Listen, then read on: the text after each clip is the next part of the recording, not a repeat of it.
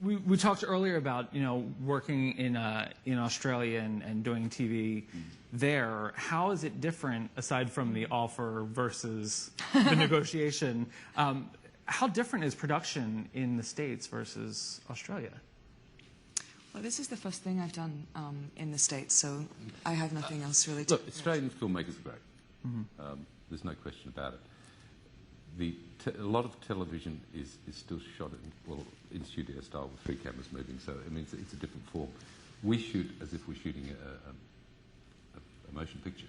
You know, we use 35mm, and it's all, you know, they take all that time and trouble. There's a difference of expectation, but Australian filmmakers are really wonderful at what they do. So when they make films, as everyone knows, you know, there's some extraordinary things that they do. And apart from that, I mean, it's almost like a melting pot. You know, wherever you go in the world, if you put a group of actors and filmmakers together, suddenly all of these things disappear, and the task becomes the unifying thing. I don't know how anyone else has felt that, you know, but everything disappears because you've got this wonderful project to do. You could be working in any country in the world, and that's what I find working in America.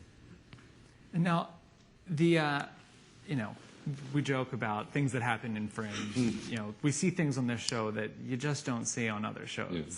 What has been the weirdest thing you have found yourself having to do on the show? Oh!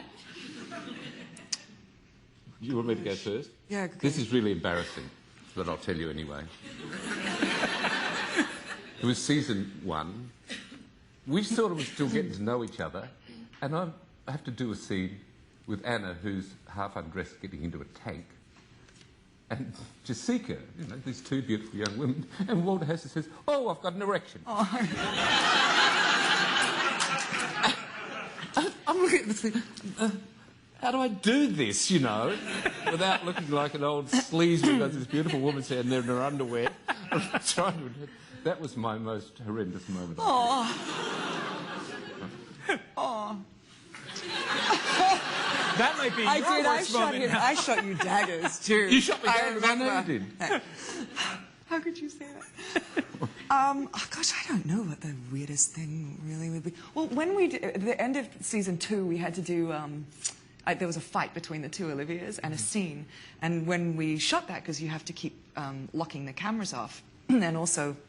there was one part where you're looking at them both and one turns around and you pull focus to the one behind and then back to there. So, of course, I couldn't have anybody there to do it. So I did that whole scene to myself, imagining that I'm there. That was just strange. I wanted to ask about that. How do you prepare to play opposite yourselves?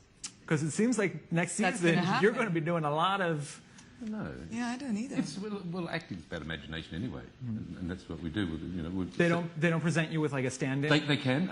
But you can't, because the way that it's shot, you can't have anybody else in that space. So it's When we did the finale, the face-off between Olivia and Walter Walternet, we had 2 very good stand-ins working so that we could be over their shoulder at us, coming the other way. And they were really excellent people who were able to copy our mannerisms and so forth. But in that scene there, no, she has to go solo. You kicked your own ass. That's right. That was in and out of the wig that day. Ooh, wow.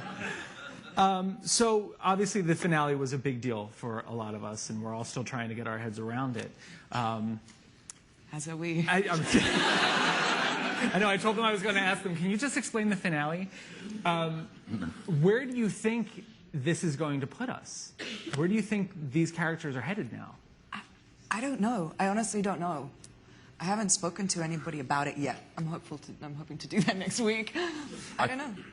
Look, I think that we will need to return to our core. I think that fantasy trip we've just taken was tantalising, but that's not where Fringe lives.